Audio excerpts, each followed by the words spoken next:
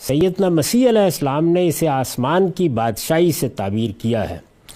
قرآن میں اس کے لیے روضہ، فردوس، روضہ چمن، فردوس باغ، جنت النعیم نعمت کا باغ، جنت الخلد بقائے دوام کا باغ، جنات و عدن ہمیشہ رہنے کے باغ، اور اس طرح کے بعض دوسرے نام بھی آئے ہیں۔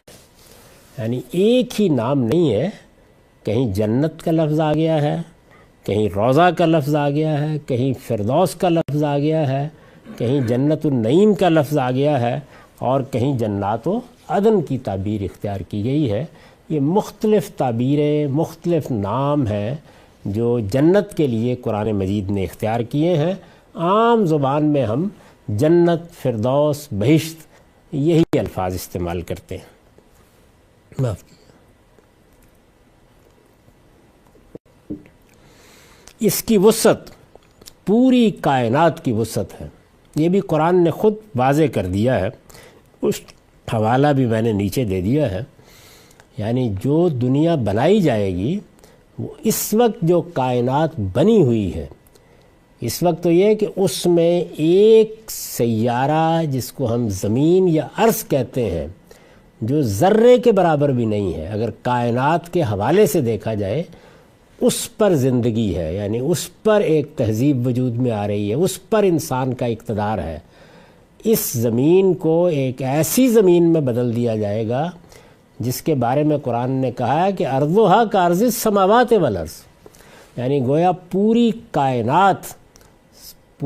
کائنات انسان کی اور جنات کی اقامت کا بن جائے گی، ابدی اقامت کا۔ اس کی وسعت پوری کائنات کی وسعت ہے۔ یہ عیش دوام کی جگہ ہے، یعنی ہمیشہ کی زندگی، عربی زبان کے لحاظ سے یہ لفظ استعمال ہوا ہے۔ اس حیات دنیوی کے برخلاف، یعنی اس دنیا کی زندگی کو بھی اللہ ہی نے بنایا ہے، لیکن اس میں بہت سے نقائص رکھ دیے ہیں۔ کیوں؟ اس لیے کہ یہ امتحان کے لیے بنائی گئی ہے۔ اس حیات دنیوی کے برخلاف اس میں زندگی کے، اس میں یعنی جنت کی زندگی میں، عیش دوام کی زندگی میں، اس حیات دنیوی کے برخلاف اس میں زندگی کے ساتھ موت، لذت کے ساتھ الم، خوشی کے ساتھ غم، اطمینان کے ساتھ اضطراب، راحت کے ساتھ تکلیف، اور نعمت کے ساتھ نقمت کا کوئی تصور نہیں۔ یعنی دنیا کی زندگی میں تو یہ زوجین ہے، اگر کہیں پہ خوشی ہے تو ساتھ ہی غم بھی ہوگا، اطمینان کے چند دن آ جائیں گے تو اضطراب بھی دروازے پر دستک دے رہا ہوگا۔ تو یہاں یہ چیزیں اسی طرح آتی ہیں جوڑوں کی صورت میں، لیکن وہاں اس کا کوئی تصور نہیں ہے۔ اس کا آرام دائمی ہے، اس کی لذت بے انتہا ہے۔ ہمارے اس دنیوی نظم میں اللہ تعالیٰ نے ہر چیز کو بعض تحدیدات کے ساتھ کیا ہے، یعنی آپ ایک حد سے آگے نہیں بڑھ سکتے، لیکن وہاں یہ انتہائیں ختم کر دی گئی ہیں۔ اس کا آرام دائمی ہے، اس کی لذت بے انتہا ہے، اس کے شب و روز جاوداں ہیں، اس کی سلامتی ابدی ہے، اس کی مسرت غیر فانی ہے، اس کا جمال لازوال اور کمال بے نہایت ہے۔ یہ گویا جنت کی، ہمارے پاس وہ الفاظ کہاں ہو سکتے ہیں جن سے ہم تعبیر کر سکیں، لیکن کسی حد تک یہ جنت کی تصویر ہے کہ وہ ایسی جگہ ہے۔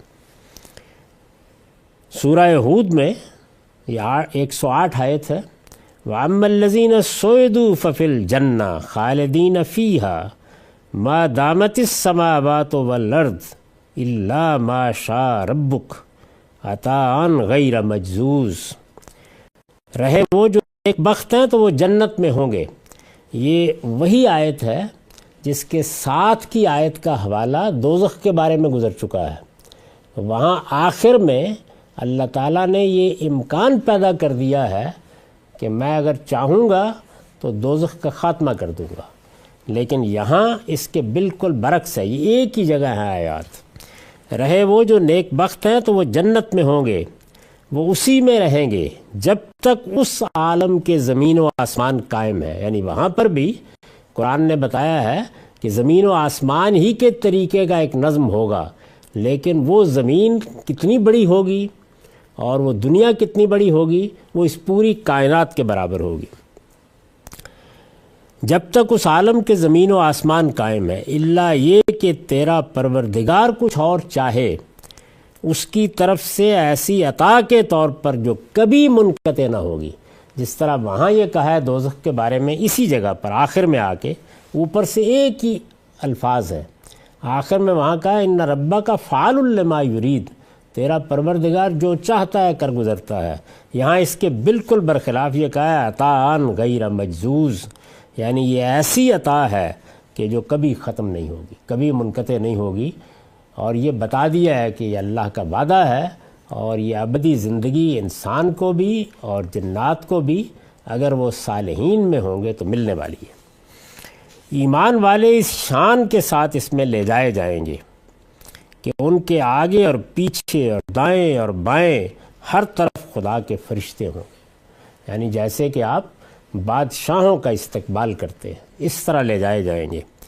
وہ اپنے جلوں میں، یعنی فرشتے اپنے جلوں میں انہیں جنت میں پہنچائیں گے، جہاں اس کے پاسبان سلام و تحیت کے ساتھ ان کا خیر مقدم کریں گے۔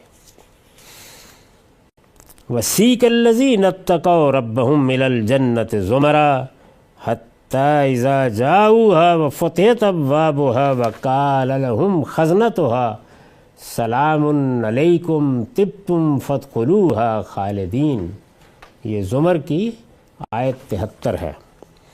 اس کے برخلاف جو لوگ اپنے پروردگار سے ڈرتے رہے وہ گروہ در گروہ جنت کی طرف لے جائے جائیں گے، یہاں تک کہ جب اس کے پاس پہنچیں گے اور اس کے دروازے ان کے لیے کھول دیے جائیں گے اور اس کے پاسبان ان سے کہیں گے کہ تم پر سلامتی ہو، خوش رہو اور اس میں ہمیشہ کے لیے داخل ہو جاؤ۔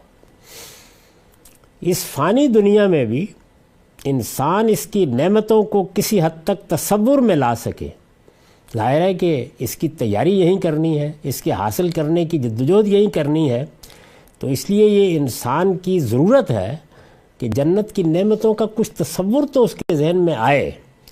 اس فانی دنیا میں بھی انسان اس کی نعمتوں کو کسی حد تک تصور میں لا سکے۔ قرآن نے اس کے لیے بادشاہی کے اسباب و لوازم مستعار لیے ہیں، یعنی یہ تصور کس طرح انسان کے سامنے لایا جائے، تو اس کا طریقہ قرآن مجید نے اس تنبیہ کے ساتھ جو سورہ آل عمران کی شروع میں کر دی ہے کہ یہ سب متشابہات کا طریقہ ہوگا، بادشاہی کے لوازم مستعار لے لیے، یعنی دنیا میں بادشاہوں کو جو نعمتیں حاصل ہوتی ہیں ان کو مثال کے طور پر لے لیا ہے کہ اس پہ قیاس کر لو، یعنی وہ ہے کیا چیز یہ آگے معلوم ہو جائے گا، اس کا تصور نہیں لایا جا سکتا، اس کے لیے الفاظ نہیں ہیں، اس کے لیے تعبیریں نہیں ہیں، لیکن انسان کو کسی حد تک اس سے روشناس کرایا جا سکے اس کے لیے طریقہ اختیار کیا ہے۔ اس فانی دنیا میں بھی انسان اس کی نعمتوں کو کسی حد تک تصور میں لا سکے، قرآن نے اس کے لیے بادشاہی کے اسباب اور لوازم مستعار لیے ہیں۔ چنانچہ ہرے بھرے باغوں، بہتی نہروں، سرسبز و شاداب چمن زاروں، اونچے محلوں، زر و جواہر کے برتنوں، زرنی کمر غلاموں، سونے کے تختوں، اطلس و کمخاب کے لباسوں، بلوری پیالوں، عیش و طرب کی مجلسوں اور مہجبی قواریوں کا ذکر اسی مقصد سے کیا گیا۔ یعنی یہ ساری نعمتیں اس لیے گنوائی گئی ہیں یا یہ تعبیریں اس لیے اختیار کی گئی ہیں کہ انسان کسی حد تک اس دنیا کا تصور کر سکے وہاں اس کو کیا ملنے والا ہے۔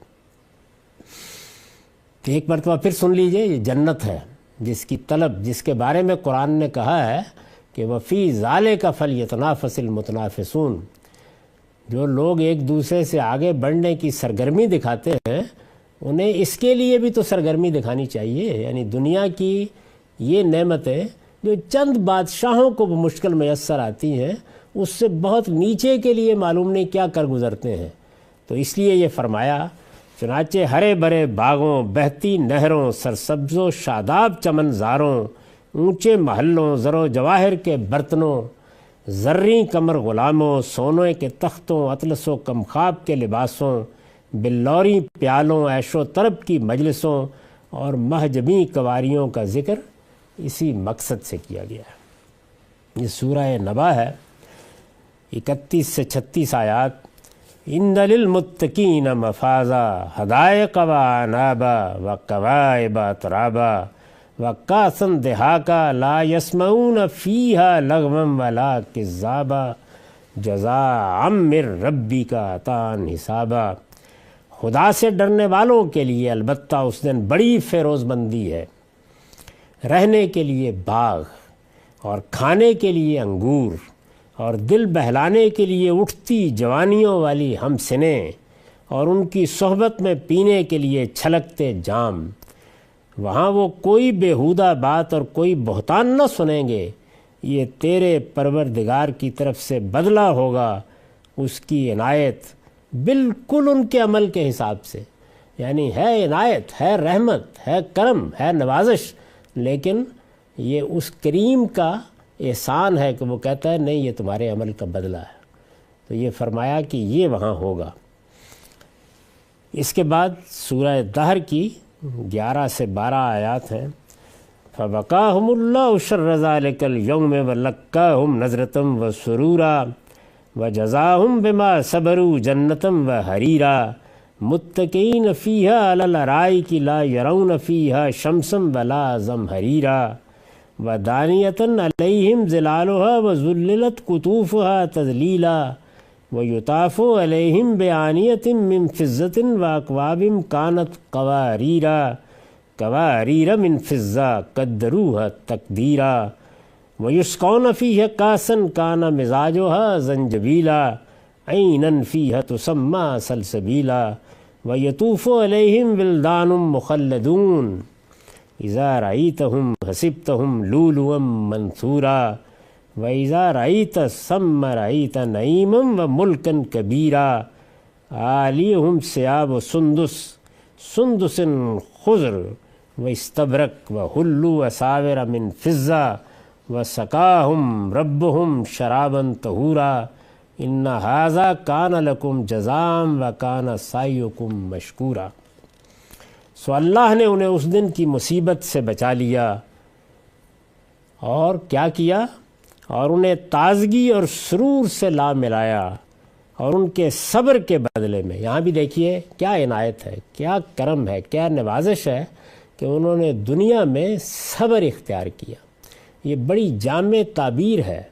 ہر قدم پر انسان جب اپنے آپ کو صحیح موقف پر ثابت قدم بھی رکھتا ہے اور جو مشکلات آتی ہیں، جو ترغیبات سامنے آتی ہیں، ان سب کو صحیح طریقے سے دیکھتا بھی ہے اور بہرحال تقوی اور ڈسپلن ہی کو اپنائے رکھتا ہے، تو اس کو ایک لفظ سے اگر تعبیر کرنا ہو تو ہم کہہ سکتے ہیں کہ اس نے صبر کی زندگی بسر کی ہے۔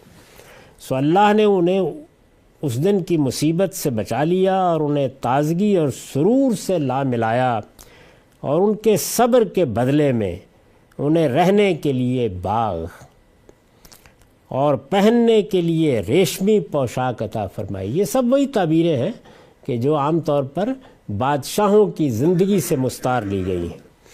میں عرض کر چکا ہوں کہ ان سب کو بیان ہی ایسے نہیں سمجھنا چاہیے، یعنی یہ گویا تمثیل ہے، تشبیہ ہے، اس دنیا کی زندگی کی چیزوں کو لے کر بتایا گیا ہے۔ اور یہ بات میں اپنی طرف سے نہیں کہہ رہا، سورہ آل عمران میں اللہ تعالیٰ نے تنبیہ کی ہے کہ اس عالم کی کوئی چیز بھی چونکہ اپنے لیے الفاظ نہیں رکھتی، یعنی اللہ کے ہاں تو وہ الفاظ موجود ہیں لیکن وہ ہمارے لیے قابل فہم نہیں ہے، تو اللہ تعالیٰ نے تشبیہ کا طریقہ اختیار کیا ہے جنت کو بیان کرنے کے لیے۔ جن آیتوں میں یہ بیان کی گئی ہیں انہیں آیات متشابہات کہا جاتا ہے، اس کی وجہ یہی ہے۔ اور ان کے صبر کے بدلے میں انہیں رہنے کے لیے باغ اور پہننے کے لیے ریشمی پوشاک عطا فرمائی، وہ اس میں تختوں پر تکیے لگائے بیٹھے ہوں گے، نہ اس میں دھوپ کی حدت دیکھیں گے نہ سرما کی شدت، اس کے درختوں کے سائے ان پر جھکے ہوئے اور ان کے خوشے بالکل ان کی دسترس میں ہوں گے، ان کے سامنے چاندی کے برتن ان کے کھانے کے لیے اور شیشے کے پیالے ان کے پینے کے لیے، گردش میں ہوں گے شیشے بھی چاندی کے، جنہیں ان کے لیے خدام نے ہر خدمت کے لیے نہایت موزوں اندازوں کے ساتھ سجا دیا ہے۔ اور یہی نہیں، انہیں وہاں ایسی شراب کے جام پلائے جائیں گے جس میں آب زنجبیل کی ملونی ہوگی۔ یہ بھی جنت میں ایک چشمہ ہے جسے سلسبیل کہا جاتا ہے۔ ان کی خدمت میں وہ لڑکے جو ہمیشہ لڑکے ہی رہیں گے، دوڑتے پھرتے ہوں گے۔ تم ان کو دیکھو گے تو یہی خیال کرو گے کہ موتی ہیں جو بکھیر دیے گئے ہیں، اور دیکھو گے تو جہاں دیکھو گے وہاں بڑی نعمت اور بڑی بادشاہی دیکھو گے۔ یہ دیکھیے وہی بادشاہی کی تعبیر کو آگے کھول بھی دیا ہے۔ وہاں بڑی نعمت اور بڑی بادشاہی دیکھو گے، اس حال میں کہ ان کے اوپر کی پوشاک ہی سبز سندس اور استبرق کے کپڑے ہیں، ان کو چاندی کے کنگن پہنا دیے گئے ہیں، اور ان کے پروردگار نے، سبحان اللہ، اور ان کے پروردگار نے انہیں خود اپنے حضور میں شراب طہور پلائی ہے۔ اس سے آگے انسان کیا تصور کر سکتا ہے؟ یعنی بارگاہ خداوندی میں، اس مجلس میں خود پروردگار کی طرف سے یہ میزبانی ہو رہی ہے۔ یقیناً تمہارے لیے یہ تمہارے عمل کا صلہ ہے، اور تمہیں مبارک کہ تمہاری سعی مشکور ہوئی، یعنی قبول کر لی گئی۔ سبحان اللہ۔ یہ جنت کی چند تصویریں ہیں، یعنی ظاہر ہے کہ قرآن مجید میں یہ تصویریں جگہ جگہ ہیں، ان میں سے چند مقاماتی کا انتخاب کیا جا سکتا تھا تاکہ کچھ اندازہ ہو جائے کہ قرآن اس کو کیسے پیش کرتا ہے۔ اسی طرح فرمایا ہے کہ جنت کے لوگ جو چاہیں گے ملے گا، یعنی یہ تو گویا ایک تصویر ہے، اس کے ساتھ یہ وضاحت کر دی گئی ہے کہ لکم فیہا ما تشتہی انفسکم، جو چاہو گے ملے گا۔ باقی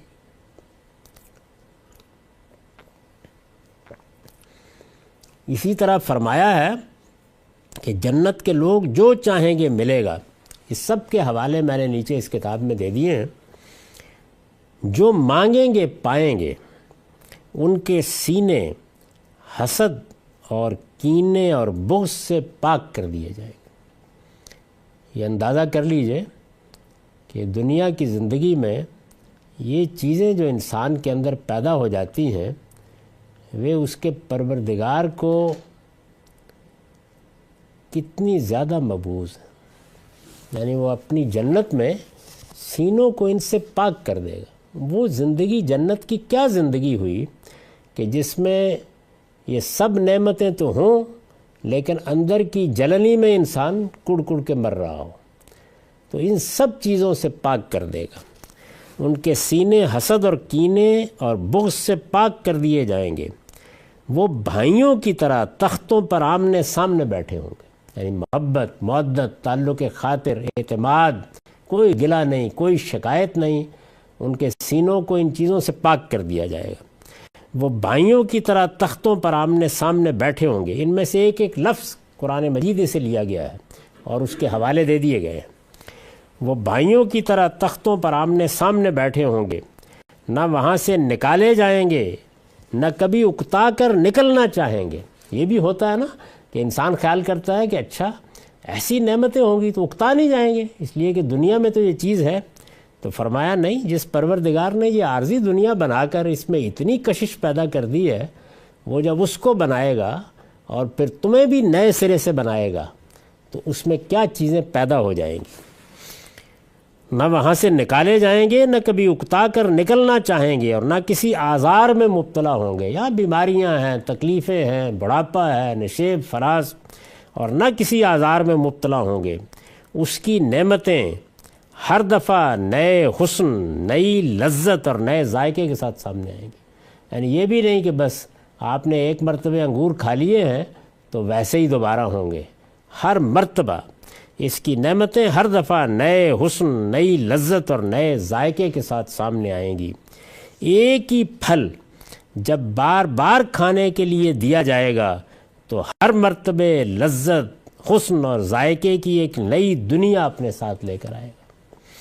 ہر طرف پاکیزگی، ہر طرف نزاہت، نہ ماضی کا کوئی پچھتاوا، نہ مستقبل کا کوئی اندیشہ۔ پھر سب سے بڑھ کر خدا کی رضوان، خدا کی رضامندی، خدا کی خوشنودی، پھر سب سے بڑھ کر خدا کی رضوان، اور اس کے جواب میں اس کے بندوں کی طرف سے حمد و ثنا کے زمزمے اور تسبیح و تہلیل کا سرود سرمدی، جس سے جنت کی فضائیں شب و روز معمور رہیں گی۔ یعنی اس وقت دنیا کی زندگی میں عبادات کا ایک نظم ہے جو قائم کیا گیا ہے۔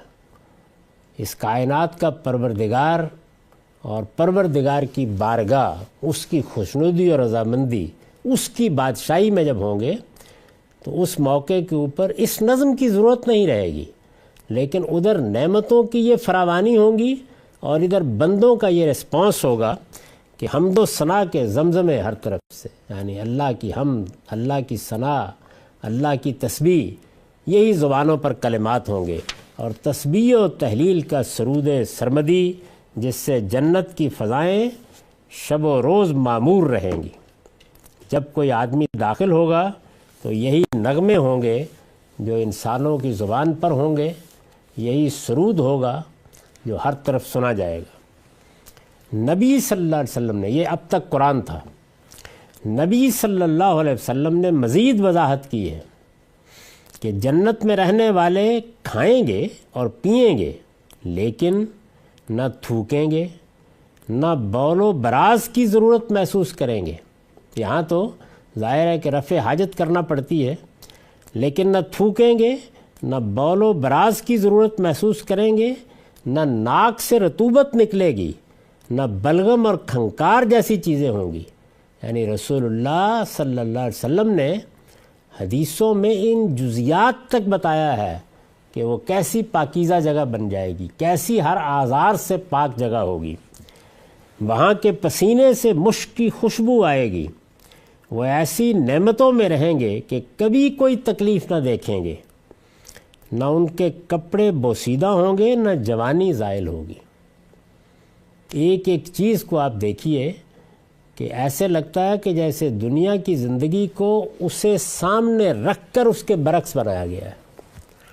اللہ تعالیٰ نے یہ بتانے کے لیے اس دنیا میں انسان کو بھیجا کہ میں کن آزار کے ساتھ بھی تمہارے لیے راحت پیدا کرتا ہوں، اور امتحان کی اس زندگی سے جب تم گزرو گے تو وہاں یہ سب چیزیں کیسے ختم ہو جائیں گی۔ پھر سنیے اس کو، نبی صلی اللہ علیہ وسلم نے مزید وضاحت کی ہے کہ جنت میں رہنے والے کھائیں گے اور پئیں گے، لیکن نہ تھوکیں گے، نہ بول و براز کی ضرورت محسوس کریں گے۔ معمولی باتیں نہیں ہیں یہ۔ اپنی زندگی پر، اس کے نقائص پر، اس کے آزار پر نگاہ ڈال کے دیکھیے، چھوٹی چھوٹی چیزیں کیسی مصیبتیں یہاں بن جاتی ہیں۔ ان میں سے ایک ایک کو لے کر بتایا کہ سب ختم ہو جائیں گی۔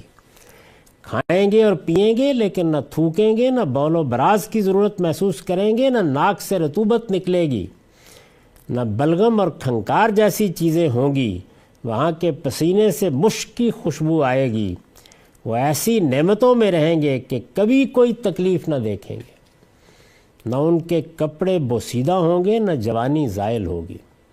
شاید انسان کی جو سب سے بڑی خواہش ہو سکتی ہے وہ یہی ہے، یعنی اس کو جو بہترین زمانہ دیا جاتا ہے یہاں، شباب کا زمانہ، اسی کو مستقل کر دیا جائے گا۔ اور یہ بھی محض تشبیہ ہے، یعنی یہاں پر جو جوانی کا زمانہ ہے اس میں چونکہ انسان اپنے عروج پر ہوتا ہے اور عام طور پر سب آزار سے بھی بچا ہوا ہوتا ہے، اور اس کی قوت بھی اپنے کمال پر ہوتی ہے، اس کو مستعار لے لیا ہے۔ ورنہ یہاں کی جوانی اور جنت کی جوانی کا کیا تقابل۔ نہ ان کے کپڑے بوسیدہ ہوں گے، نہ جوانی زائل ہوگی۔ اس میں منادی پکارے گا، یعنی جب جنت میں لوگ داخل ہو جائیں گے تو ہر طرف سے آواز آئے گی کہ یہاں وہ صحت ہے جس کے ساتھ بیماری نہیں، وہ زندگی ہے جس کے ساتھ موت نہیں، وہ جوانی ہے جس کے ساتھ بڑھاپا نہیں۔ لوگوں کے چہرے اس میں چاند تاروں کی طرح چمک رہے ہوں گے، یعنی یہ حسن اور یہ جمال ہوگا۔ یہ تمام تصویریں ہمارے فہم کے لحاظ سے ہیں، یعنی ان کو بھی جنت کی حتمی تصویریں نہیں کہا جا سکتا، وہ اس سے کہیں زیادہ بلند ہوگی، کہیں زیادہ کمال اس میں ظہور پذیر ہوگا۔ اللہ کی نعمتوں کی معلوم نہیں کیا صورت پیش آنے والی ہے، لیکن یہ ہمارے فہم کے لحاظ سے ایک تصویر ہمارے سامنے رکھ دی گئی ہے۔ یہ تمام تصویریں ہمارے فہم کے لحاظ سے ہیں، ورنہ حقیقت کیا ہے؟ اس کی بہترین تعبیر وہی ہے جو رسول اللہ صلی اللہ علیہ وسلم نے اختیار فرمائی ہے۔ یعنی ایک موقع کے اوپر رسول اللہ نے اس کی تصویر کھینچی ہے، تو میرے نزدیک وہ بہترین تعبیر ہے۔ یہ تمام تصویریں ہمارے فہم کے لحاظ سے ہیں، ورنہ حقیقت کیا ہے؟ اس کی بہترین تعبیر وہی ہے جو رسول اللہ صلی اللہ علیہ وسلم نے اختیار فرمائی ہے کہ اس میں یعنی جنت میں اللہ تعالیٰ نے اپنے بندوں کے لیے وہ کچھ مہیا کیا ہے جسے نہ آنکھوں نے دیکھا، نہ کانوں نے سنا، اور نہ کسی انسان کے دل میں اس کا خیال کبھی گزرا ہے۔ یہ جو ارشاد فرمایا ہے یہ اسی تنبیہ کے لیے ہے کہ جو تصویریں تم دیکھتے ہو قرآن میں، حدیث میں، یہ تصویریں تمہارے فہم کے لحاظ سے ہیں، ورنہ اصل میں جنت کیا ہوگی اس کا یہاں کوئی تصور دلایا ہی نہیں جا سکتا۔ یہی اسلوب قرآن میں بھی ہے، یعنی رسالت میں آپ صلی اللہ علیہ وسلم نے یہ تعبیر اختیار کی، قرآن میں بھی یہی اسلوب ہے۔ سورہ سجدہ کی آیت 17 ہے، فَلَا تَعْلَمُ نَفْسٌ مَّا أُخْفِيَ لَهُم مِّن قُرَّةِ أَعْيُنٍ جَزَاءً بِمَا كَانُوا يَعْمَلُونَ۔ سو کسی کو پتہ نہیں کہ ان کے اعمال کے صلے میں ان کے لیے آنکھوں کی کیا ٹھنڈک چھپا رکھی گئی ہے، یعنی وہ کیا چیز ہے، اس میں کیا ملنے والا ہے، وہ نعمت وہ سراسر نعمت کس طرح ظہور پذیر ہوگی کوئی نہیں جانتا۔ خلاصہ وہی ہے کہ نہ اس میں ماضی کا کوئی پچھتاوا، نہ مستقبل کا کوئی اندیشہ، تم جو چاہو گے، جو مانگو گے وہاں دے دیا جائے گا۔ اقول قولی ھذا واستغفر اللہ لی ولکم ولسائر المسلمین۔